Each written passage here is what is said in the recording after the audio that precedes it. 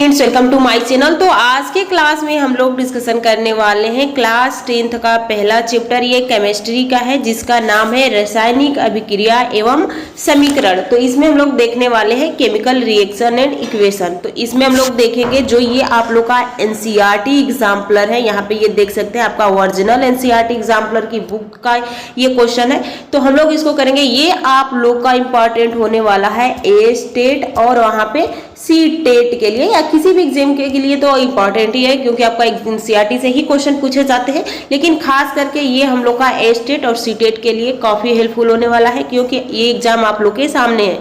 ए state में तो बहुत सारे क्वेश्चन हूबहू बिल्कुल एनसीईआरटी के ही उठा के पूछे जाते हैं। तो इसलिए आज से आप लोग के एनसीईआरटी चैप्टर वाइज पूरे कंप्लीट कराए जाएंगे, पूरे क्लास 9th 10th फिर यहाँ पे 7th 6th 8th ये भी।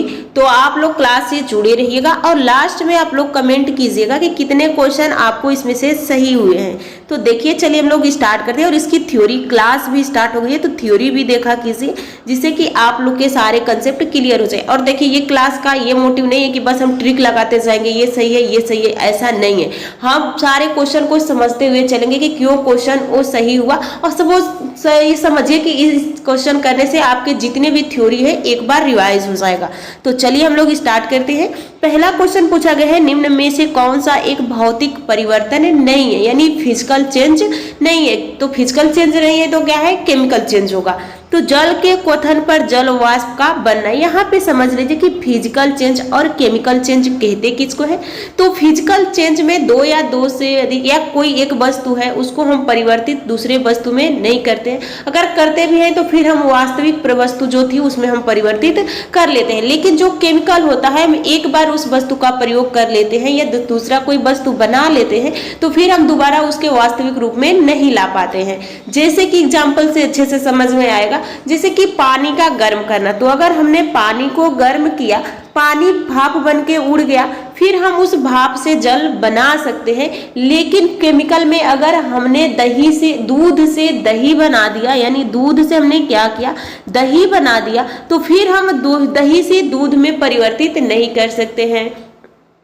मोमबत्ती जल गई तो वो वहाँ पे केमिकल चेंज हो गया। लेकिन मोमबत्ती पिघल रही है तो वहाँ पे भौतिक परिवर्तन हुआ।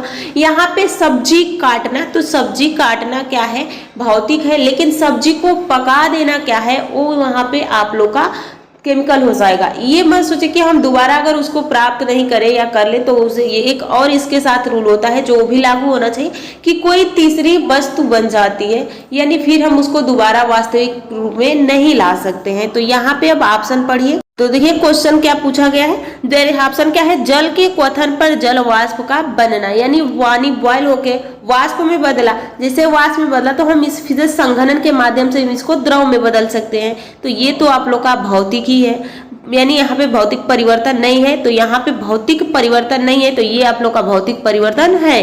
बर्फ का गलने पर जल का बनना, तो बर्फ से हमने गला के जल बनाया, फिर बर्फ को फ्रिज में रख, यानी जल को फ्रिज में रख के फिर हम बर्फ बना लेते हैं। तो ये भी आपका भौतिक है। जल में लवणों का विलयन, यानी आपने क्या किया, यहाँ पे आपने वाटर लिया और इसमें आपने नमक डाल दिया और ये नमक घुल गया, तो फिर वाष्पीकरण के माध्यम से आप नमक, यानी यहाँ पे नमक और जल को अलग कर सकते हैं। तो ये भी आपका भौतिक हुआ। लेकिन यहाँ पे द्रवित पेट्रोलियम गैस का दहन, एलपीजी का दहन, यानी दहन का मतलब जला देना। तो जब इसको आप जला देते हैं तो फिर इसको दोबारा एलपीजी में नहीं बदल सकते हैं। तो ये आपका केमिकल है और सही ऑप्शन आपका पहला हो जाएगा।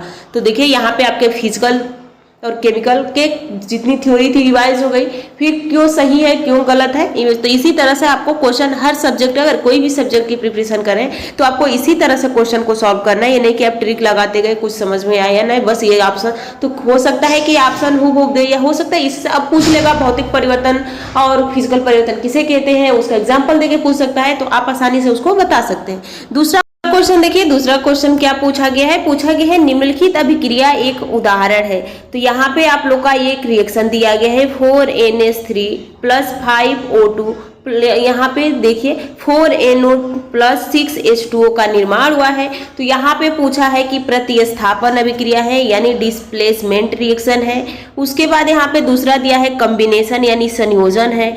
यहाँ पे रेडॉक्स है यानी जहाँ पे उपचयन अपचयन दोनों प्रोसेस हो रही होती है तो उसको हम रेडॉक्स बोलते हैं। या उदासीनीकरण यानी यहाँ पे कौन सी अभिक्रिया है, न्यूट्रलाइजेशन रिएक्शन है। तो अब इसमें से आपको चुनना है कि यहाँ पे क्या क्या हो रहा है। तो पहला देखिए, ऑक्सीजन ने हाइड्रोजन को क्या किया, यहाँ से हटा के और हाइड्रोजन के जगह पे खुद अपने आके यहाँ पे बैठ गया है। तो जब बैठ गया है तो इसको हम क्या बोलते हैं, इसको हम बोलते हैं कि ये एक दूसरे को विस्थापित करके उसका स्थान ले लिया है, तो उसे हम डिस्प्लेसमेंट रिएक्शन बोलते हैं। तो प्रतिस्थापन अभिक्रिया पहला हो जाएगा। संयोजन अभिक्रिया कॉम्बिनेशन रिएक्शन उसे कहते हैं कि दो तत्व मिलके किसी एक यौगिक का निर्माण करता है, उसे हम कॉम्बिनेशन कहते हैं। तो यहाँ पे ऐसा कुछ नहीं हो रहा है। तीसरा में देखिए उपचयन यानी ऑक्सीडेशन और एक होता है रिडक्शन यानी रिड्यूसिंग। तो यहाँ पे पूछा गया है कि बताइए क्या हो रहा है, यहाँ पे ऑक्सीडेशन या रिडक्शन क्या हो रहा है। तो यहाँ पे ऑक्सीडेशन भी हो रहा है और यहाँ पे रिडक्शन भी हो रहा है,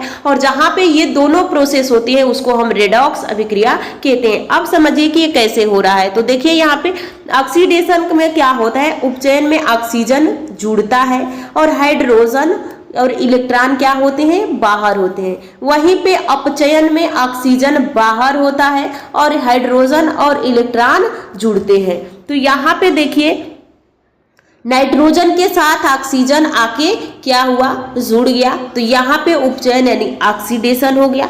और यहाँ पे आप देख सकते हैं कि यहाँ से ऑक्सीजन हटा, जहाँ से ऑक्सीजन हटा उसका क्या होता है, जहाँ पे ऑक्सीजन जुड़ा ऑक्सीडेशन और जहाँ से ऑक्सीजन हटा उसका रिडक्शन। तो यहाँ पे दोनों प्रोसेस दिख रही हैं, इसीलिए ये भी आपका सही है। न्यूट्रलाइजेशन में कोई लवण का निर्माण होता है, तो यहाँ पे कोई लवण का निर्माण नहीं हुआ है, तो आपका ऑप्शन पहला और तीसरा सही होगा। तो देखिए अब किस ऑप्शन, आपका ऑप्शन सी हो जाएगा। अगला क्वेश्चन देखिए, अगला क्वेश्चन क्या पूछा गया है। अगला क्वेश्चन भी इसी तरह से पूछा गया है, इसमें भी आप लोग को बताना है बहुत ध्यान से। अगर इसका कंसेप्ट क्लियर है तभी आप इन क्वेश्चनों का आप जवाब दे सकते हैं। लेकिन यहाँ पे आपको इस क्वेश्चन करने से ये फायदा है कि आपके जितने भी थ्योरी है वो रिवाइज हो जाएगा। तो देखिए यहाँ पे दी गई अभिक्रिया के लिए निम्नलिखित में से कौन सा कथन यहाँ पे सत्य पूछा हुआ है। तो यहाँ पे आयरन हाइड्रोजन यानी जल से अभिक्रिया करके यहाँ पे Fe3O4 का निर्माण करता है प्लस 4H2 यानी यहाँ पे हाइड्रोजन को बाहर करता है। तो आयरन धातु ऑक्सीकृत हो रही है। तो ऑक्सीकृत का मतलब कि इसके साथ ऑक्सीजन आके जुड़ गया है। तो यहाँ पे देख सकते हैं कि आयरन के साथ ऑक्सीजन आके जुड़ा है यानी इसका ऑक्सीडेशन हो गया।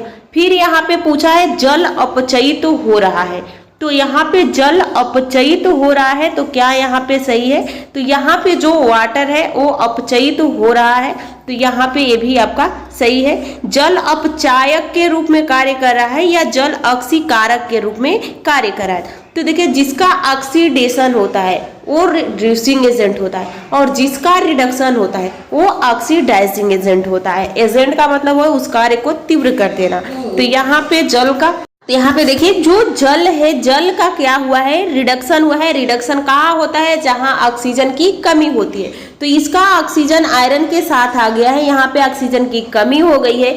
तो जल का जब रिडक्शन हुआ है तो ये कैसा एजेंट हो जाएगा, ऑक्सीडाइजिंग एजेंट हो जाएगा। तो जिसका रिडक्शन होता है ऑक्सीडाइजिंग एजेंट होता है और जिसका रिडक्शन होता है वो जिसका रिडक्शन होगा ऑक्सीडाइजिंग एजेंट होगा और जिसका ऑक्सीडेशन होगा वो रिड्यूसिंग एजेंट होगा। ये अपोजिट होता है। तो ये आपका चौथा भी सही है। लेकिन यहाँ पे कहा है जल अपचायक के रूप में कार्य नहीं कर रहा है। तो सही ऑप्शन आपका पहला, दूसरा और तीसरा है। देखिए किस ऑप्शन में आपका दिया गया है पहला, दूसरा और चौथा। तो आपका सही आंसर हो जाएगा ऑप्शन सी। चलिए आगे देखिए, इसी तरह से आप क्वेश्चन करते चलिए और इसको कंसेप्ट को समझते चलिए। अगला क्वेश्चन है यहाँ पे देखिए, निम्नलिखित में से कौन सा प्रक्रम ऊष्माक्षेपी है। तो एक होता है इंडोथर्मिक और एक होता है एक्सोथर्मिक। तो इंडोथर्मिक में ऊष्मा अंदर ली जाती है और एक्सोथर्मिक में ऊष्मा बाहर की जाती है। तो बिना बुझे चूने साथ जल की अभिक्रिया, तो जब आप जल के साथ, जैसे कि यहाँ पे आपका हो गया CaO प्लस H2O के साथ जब आप क्रिया कराएंगे तो CaOH 2 का यहाँ पे निर्माण होता है और यहाँ से कुछ हीट बाहर निकल जाती है। तो यहाँ पे उष्मा बाहर निकल रही है, पहला सही होगा। एक अम्ल के साथ तनुकरण, आपने एक इसमें गाढ़ा सा यानी यहाँ पे सांद्र अम्ल लिए हैं और यहाँ पे आप उसमें पानी में मिला रहे हैं उसमें, तो वह अम्ल तनुकरण में पतला हो रहा है, तो यहाँ पे भी कुछ हीट निकलेगा जिसको हम बोलते हैं तनुकरण, यानी एक अम्ल का तनुकरण में ही हीट निकलेगा जिसको हम उष्माक्षेपी एक्सोथर्मिक बोलेंगे। जल का वाष्पीकरण, तो यहाँ पे इंडोथर्मिक होता है, आप जब जल को उष्मा देते हैं तब जल का वाष्पीकरण होता है। और कपूर क्रिस्टलों का ऊर्ध्वपातन, तो यहाँ पे भी कपूर को जब आप हीट देते हैं तो ये जल के ऊर्ध्वपातित होता है यानी सब्लिमेट। तो यहाँ पे आपका सही कौन सा हो जाएगा? ऑप्शन देखिए पहला और दूसरा सही है, तो आपका ऑप्शन ए सही होता है। अगला क्वेश्चन देखिए, अगला क्वेश्चन क्या पूछा है।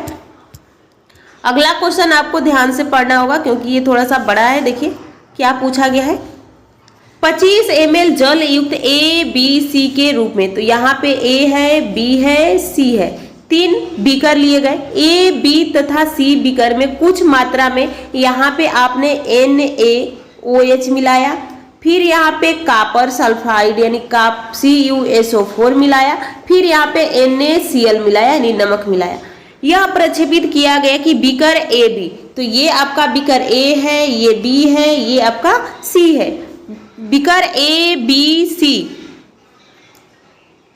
तो यहाँ पे पूछा है बीकर ए बी के विलयनों के ताप में वृद्धि हुई, तो यहाँ पे ताप क्या हुआ? बढ़ गया, ठीक। उसके बाद जबकि बीकर सी में विलयन के ताप में कमी हुई, तो निम्नलिखित में से कौन सा कथन सत्य है? तो यहाँ पे आपको बताना है कि इसमें से कौन आपका सही हो जाएगा।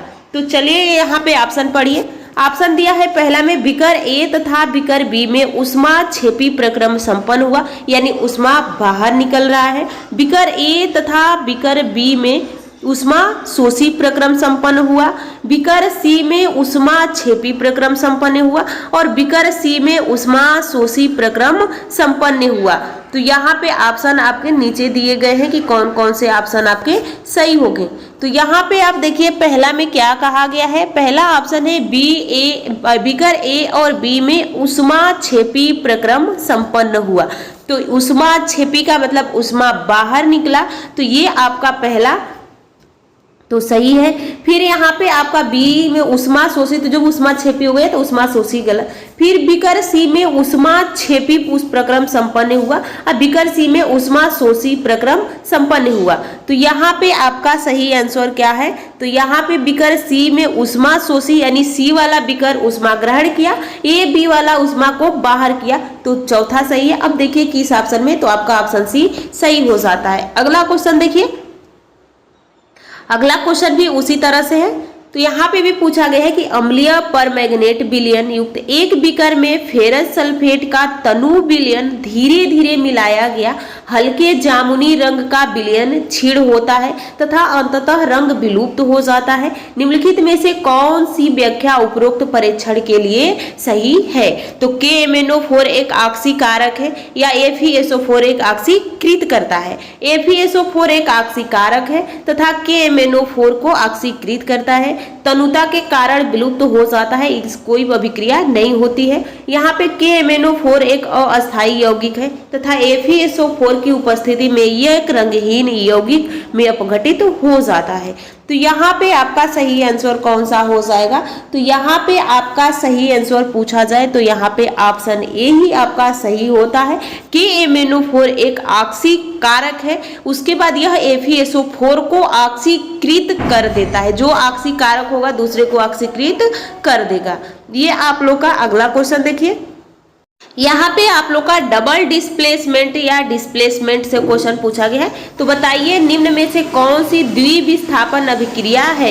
एक होता है डिस्प्लेसमेंट और एक होता है डबल डिस्प्लेसमेंट, द्विविस्थापन। तो विस्थापन एक दूसरे को विस्थापित करके दूसरे का जगह ले लेता है, और एक होता है द्विविस्थापन में तो दोनों आयनों का अदला बदली हो जाता है। तो यहाँ पे आपका पूछा गया है कि बताइए इसमें कौन सा द्विविस्थापन है, डबल डिस्प्लेसमेंट पूछा गया है। यहाँ पे देखिए, तो यहाँ पे लेड, तो यहाँ पे क्या है, सिंगल डिस्प्लेसमेंट है। यहाँ पे एक सीरीज होती है रिएक्टिव सीरीज, जो कि आपको याद रहेगा, तभी इन क्वेश्चनों को आप सॉल्व कर रहे हैं। जैसे कि potassium, sodium, calcium, magnesium, aluminium, zinc, iron, lead, hydrogen, copper, पारा, चांदी, सोना और प्लेटिनम। तो ये रिएक्टिव सीरीज है। यहाँ पे देखिए आयन, दोनों आयनों का अदला बदली हो रहा है। जैसे यहाँ पे बी कहाँ चला आया, यहाँ पे एस के पास चला आया, और एन कहाँ चला गया, सी के पास चला गया। तो यहाँ पे डबल डिस्प्लेसमेंट हो रहा है। तो यहाँ पे देख सकते हैं कि एन प्राप्त हुआ, तो यहाँ पे डबल डिस्प्लेसमेंट है। यहाँ पे ये कॉम्बिनेशन है, संयोजन रिएक्शन है, और यहाँ पे भी कोई डिस्प्लेसमेंट नहीं हो रहा है। तो केवल आपका दूसरा ही ऑप्शन आपका सही है। अगला क्वेश्चन देखिए, अगला क्वेश्चन क्या है, सूर्य के प्रकाश की उपस्थिति में सिल्वर क्लोराइड के उद्भासन पर वह स्लेटी क्यों हो जाता है। तो यहाँ पे पूछा गया है कि बताइए कि जो सिल्वर होता है वो स्लेटी क्यों होता है। तो यहाँ पे सिल्वर क्लोराइड के अपघटन पर सिल्वर बनने से, सिल्वर क्लोराइड का ऊर्ध्वपातन से, सिल्वर क्लोराइड के क्लोरीन गैस में विघटन से, या सिल्वर क्लोराइड के ऑक्सीकरण से। तो यहाँ पे देख सकते हैं कि सिल्वर क्लोराइड के अपघटन पर सिल्वर बनने से। तो यहाँ पे आपका सही कौन सा होगा, यहाँ पे भी आपको कई सारे ऑप्शन दिए गए हैं, इसमें से आपको चुनना है। तो यहाँ पे केवल आपका एक ही सही होता है। देखते हैं कि जो चांदी होती